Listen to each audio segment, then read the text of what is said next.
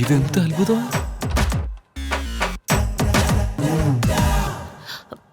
വാതിലടയ്ക്ക്. അതിന് പ്രത്യേകം പറയണോ നിന്നോട്? ദൈവം ഉണ്ടടാ. നീ എനിക്ക് വേണ്ടി ഒരു കാര്യം ചെയ്യൂ. എനിക്ക് മുൻപരിചയമൊന്നുമില്ല. നീ പറഞ്ഞാ ഞാൻ ട്രൈ ചെയ്യാം. അത് ഇപ്പോഴല്ല, വൈകുന്നേരം.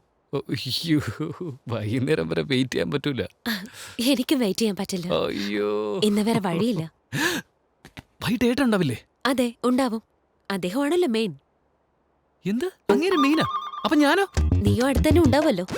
അയ്യയ്യേ, ഏട്ടന്റെ കൂടെ ഞാൻ. അത് ശരിയാവില്ല. അതെന്താ? അദ്ദേഹത്തിന്റെ കേക്ക് നീയാ കട്ട് ചെയ്യാൻ പോകുന്നത്? കേക്ക?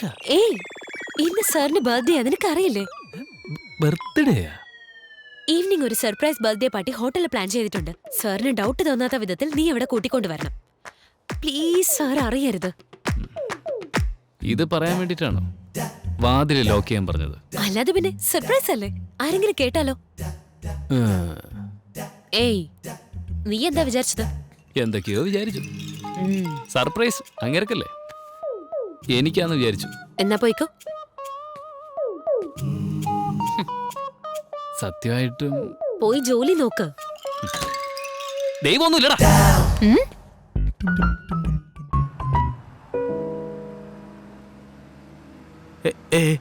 എന്തിനാ ഈ ഭാഗത്തേക്ക് പോകുന്നു?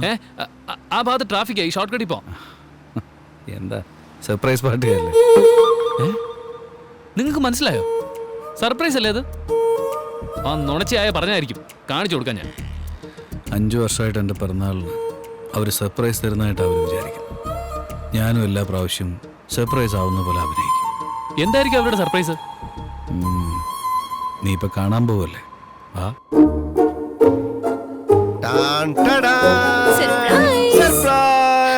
Prasad, what a surprise! ഏയ് ശ്രീനു, നീ സർപ്രൈസ് ആയില്ലേ? അയ്യോ, ഞാൻ പ്രതീക്ഷിച്ചതേ ഇല്ല. ഞാനും ഞെട്ടിയില്ലേ. ഹലോ, ഇതൊന്നുമല്ല, ഇനിയുണ്ട്. എന്താ സാർ അത്?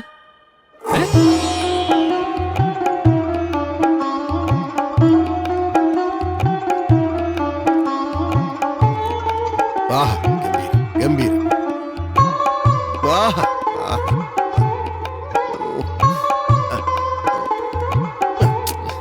ഏട്ടാ, 5 വർഷമായിട്ടും ബർത്ത്ഡേ ഇങ്ങനെയാണോ ആഘോഷിക്കുന്നത്? ഇത് ആരുടെ ഐഡിയ? എന്റെ തന്നെയാ.